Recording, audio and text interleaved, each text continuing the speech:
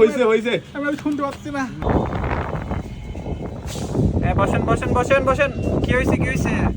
দাদা থামো, দাদা থামো, দাদা থামো, এখন ডাক্তার কাছে আইছি, ভালো হয়ে যাবে নি।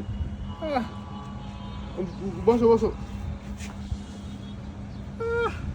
ডাক্তার সাহেব দেখেন তো কি হইলে, খায় না, কিছু করে না, মানে খালি কি কি কি কয়ে বেড়ায়। আমি এগুলো না, আমি এগুলো না, দেখেন তো এগুলো না। ডাক্তার সাহেব একটু দেখেন, আপনি ভালো করে দেখেন। আচ্ছা আচ্ছা দেখতেছি। আচ্ছা বাবা কি হয়েছে তোমার? কি সমস্যা বলো তো, আমাকে খুলে বলো তো। ডাক্তার সাহেব, আমি এই ঈদের সময় কুরবানির গরুর জন্য চামড়ার ব্যবসা করেছিলাম। এই জন্য ডাক্তার সাহেব আমি এমন একটা কাজ, আমি অতিরিক্ত মুনাফার জন্য অল্প টাকা দিয়ে চামড়ার নিয়ে বেশি টাকায় বিক্রি করছিলাম। তারপর থেকে এত সমস্যা হয়েছে, আমি যেখানে যাই হাঁক বেড়ে গেলে হাঁক আর পায়খানার মধ্যে যায় সে চামড়ার ব্যবসায়ী, চামড়ার ব্যবসায়ী, শালা মুখ পেরে গেলে চামড়ার ব্যবসায়ী, চামড়ার ব্যবসায়ী, শালার আমি গোসল করিলে এবারে টিকটিকি কয় চামড়ার ব্যবসায়ী, চামড়ার ব্যবসায়ী।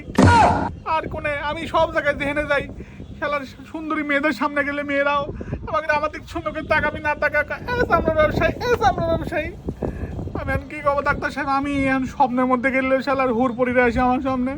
আগে কি সুন্দর রোমান্টিকতা দেখে, তো এখন আর কেউ রোমান্টিকতা দেখে না, সবাই চামড়া। আমি কি করছি? আমি কি লিটনের ফ্ল্যাট দিছি? আমি না চামড়ার ব্যবসায় করছি 2 টাকা লাভের জন্য। কম টাকা দিয়ে বিক্রি কিনে বেশি টাকা বিক্রি করছি, এই তো আমার অপরাধ। আমার এর থেকে মুক্তি দেন ডাক্তার সাহেব, এর থেকে মুক্তি দেন। হ্যাঁ আচ্ছা, চামড়ার ব্যবসায়ী সমস্যা নাই, ঠিক হয়ে যাবেন, এটা কোনো বিষয় না। আপনার চামড়া ব্যবসায় করলেন, শালা ডাক্তার, শালা ডাক্তারের